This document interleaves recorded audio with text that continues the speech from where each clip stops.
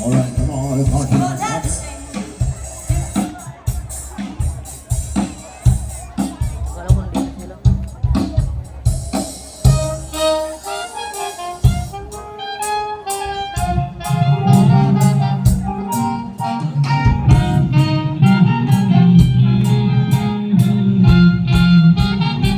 Gusto ko namang malaman nyo na ang isipan ko'y gulong-gulo. Nagtanong susunod ko siya dahil ang puso ko ay nabihag niya. Alam mo bang minamahal ko siya at tunay ang aking nadarama. Kahit ako'y napumukha na ay ayos lang basta kasama siya.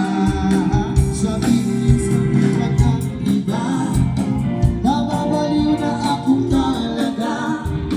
Kahit mayroong ibang nagtsatsa-tsa, nagdurumpa, nagsasasa.